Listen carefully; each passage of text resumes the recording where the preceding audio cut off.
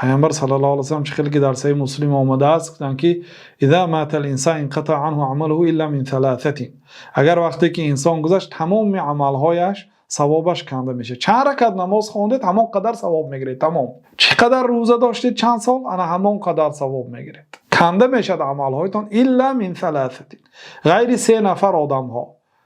من صدقه جاریه، شخصی که صدقه جاریه کرده است، صدقه جاریه، مدرسه، دانشگاه، مسجد، هر چیزی که فایده و دوامناک است، مانند وقف ها که مردم مسلمان از وی استفاده میبرند بر دوام. انسان در قبر خواب است، مردم نماز خوانده ایستادند، مردم فایده گرفته ایستادند از مهنتی که او کرده است، از صدقه جاریه که او کرده است. یا مثلا در زمان پیامبر صلی الله علیه و سلم وقف به وقف بیشتر مردمی که مقصد دهقان بودند، پیامبر صلی الله علیه و سلم باغ را توصیه کردند. بعضی صحابه ها مانند کعب بن مالک باغ خود را وقف کرد، یعنی یک باغ را که مثلا عبارت از 100 هکتار است یا 10 هکتار است وقف میکنه. حاصل ان همین باغ به طالب علمان شهر تقسیم کرده می شود تا اینکه آنها به دنیا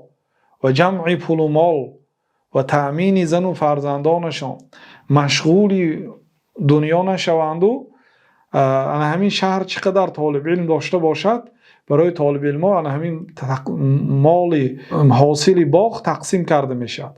یک قسمش را باغبان می گیرد، یک قسمش به خود زمین صرف کرده می شود، این معین می کند با صاحب وقف، باقی ماندهش خیر کرده می شود یا برای یتیم های شهر یا برای مسکین ها یا برای تعمیر مسجد ها و مدرسه ها مثلا که چه خیلی وقف کند تا روز قیامت باید همین بردوام رود و یک کس ناظر وقف تعیین میکند امانت نگهدار باشد تا اینکه این آدم هم پیش از وفاتش دیگر کس معین کند تا اینکه همین خیلی تا قیامت رود و انسان در قبرش است ثواب صدقه جاریش به او رفتن میگیرد. مثال های وقف بسیار است که ما یک جمعه درباره وقف و احکام آن صحبت کرده هستیم. او علم ينتفع به، دومین عملی که بعد وفات انسان کنده نمیشد این علم است که بعد وفات انسان علمش باقی میماند. ببینید امام بخاری رحمت الله علیه امروز در بین ما زنده هستند، شیخ الاسلام رحمت الله علیه در بین ما زنده هستند،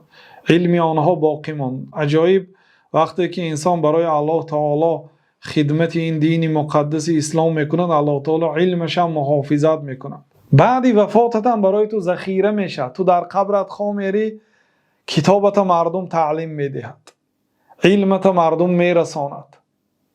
بعد وفاتت هم ثوابش رفتن میگیرد تا قیامت کنده نمیشود، ذکرت باقی میماند، نامت باقی میماند. واقعا نام علمایی که خدمت کردن، یعنی علم اینه که انسان جمع کند با به مردم رساند، فقط نه، برای این اخلاص لازم است، برای این دیگر شرط و شروط ها لازم است. ببینید الله تعالی قبول داد، ذکرش باقی ماند.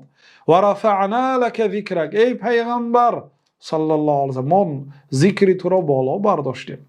مفسرها میگن که یعنی هر جایی که نام الله تعالی ذکر شد نام پیامبر صلی الله علیه و سلم ذکر میشه، مانند کلمه شهادت اشهد ان لا اله الا الله و اشهد ان محمد رسول الله، و مانند اذان و مانند خطبه ها، در همه جایی که الله تعالی ذکر میشد جناب رسول الله صلی الله علیه و سلم ذکر میشه. بنابراین واقعا اجر طالب علم، اجر عالم بعد از دنیا رفتنش کنده نمیشود. و محمد علی ابن عبدالودود الهاشمی بابای استادمان یک نظم دارند در این باره که اصلش حدیث پیامبر صلی الله علیه و سلم است که هر یک انسانی که خیر را به مردم میرساند، الدال علی الخیر کفاعله، دلالت کننده به کار خیر مانند اجرا کننده کار خیر است. یک طهارت را به فرزنداتون تعلیم دادید، فرزندم اینجا بیا.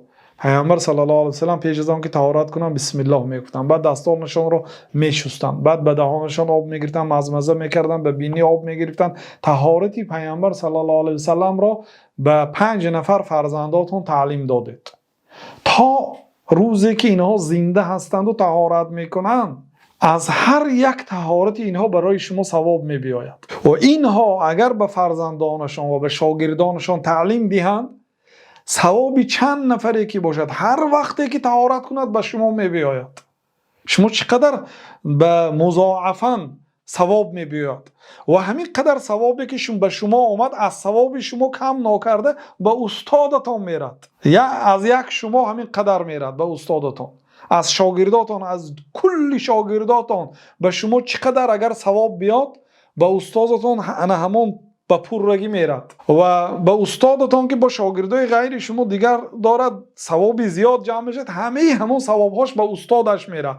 انا همین را تا پیامبر صلی الله علیه و سلم محمد علی ابن عبدالودود الهاشمی به نظم کشیده میگن که و کل اجر حاصل للشهداء او غیرهم كالعلماء والزهداء حصل للنبي مثله على اجور ما كان النبي فعلا.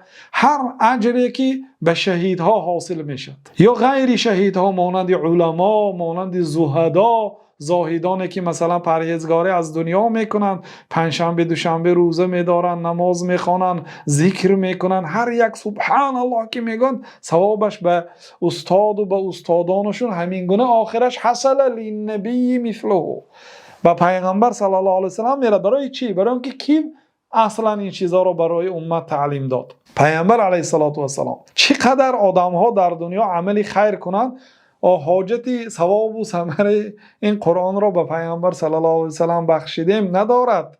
خواهید نخواهید به طریق اتوماتیک به پیامبر صلی الله علیه و سلم، نه فقط همین ثواب شما، فقط ثواب شما، ثواب استادانتون مضاعفاً چندین مراتبه اضافه شده به پیامبر صلی الله علیه و سلم میرد.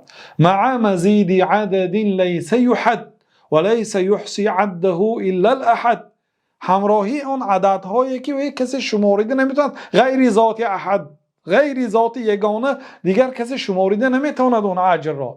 اذ کل مهتد و عامل الى یوم الجزاء شیخه قد حصل له من الاجر كاجر العامل و مثل ذا من ناقص او كامل و شیخ شیخه له مثله و هكذا و اربع لثالث تلاه و هكذا تضعیف كل مرتبه الى رسول الله عالی مرتبه صلی الله علیه و سلم. و شیخ شیخه له مثله، استادتان ثواب شما را میگیرد و شیخ شیخی استادتان له مثله، برای دوچندی استادتان. و هكذا تضعیف کل مرتبه، همین گونه هر یک مرتبه اجرش مضاعف می شود، اجرش چندین مراتب زیاد میشد. الى رسول الله عالی مرتبه، تا جناب رسول الله صلی الله علیه و سلم که عالی مرتبه هستند صلوات الله و سلام علیه. بعد گفتن که و من هنا یعلم تفضیل السلف و سبقهم فی فضلهم علی الخلف، از همینجا فضیلت سلف فهمیده میشد و آنها پیش گذشتن از خلف. هر عملی که میکنید شما قسم به نام الله بخاری گذشته نمیتونید. اگر 24 ساعت خواب نکرده کوشش و غیرت کنید بخاری رو نمیتونید گذشته. برای چی؟ برای اینکه یک اجری که شما میگیرید تا امام بخاری میلیاردها شده میرد، تا بخاری میلیارد شده میرد. شما یک سوم به دست برید امام بخاری عینی حال در قبرش میلیارد میگیرد. چقدر شما نزدیک میشید؟ دو اجر حاصل کنید 2 میلیارد مثلا حاصل میکنن، نمیشد پیش گذشت. هر چقدر نزدیک میشید همون قدر آنها دور میشوند. و من هنا یعلم تفضیل السلف، از همینجا فهمیده میشد فضل سلف و سبقهم فی فضلهم علی الخلف. از خلف برای چی؟ اونها سبب بودند که تعلیم دادند، اونها هر سنتی پیامبر صلی الله علیه و سلم به ما تعلیم دادند و تعلیمات آنها به سبب آنها تا زمانه ما رسید. علال خصوص آنهایی که کتاب نوشتن مانند امام بخاری، مانند امام ترمذی، مانند امام مسلم و غیر از علما، علمشان گذاشته رفتن و تا امروز اجر و ثواب برای آنها میرد. این است فایده علم که وقتی که شما از دنیا میگذرید فایدهش برای شما رفته میرسد. وقتی که در دنیا هستید از لذت آن با خبر هستید، به سبب علم حلال و حرام را میدانید. هر چی دیدیم همه از دولت قرآن دیدیم.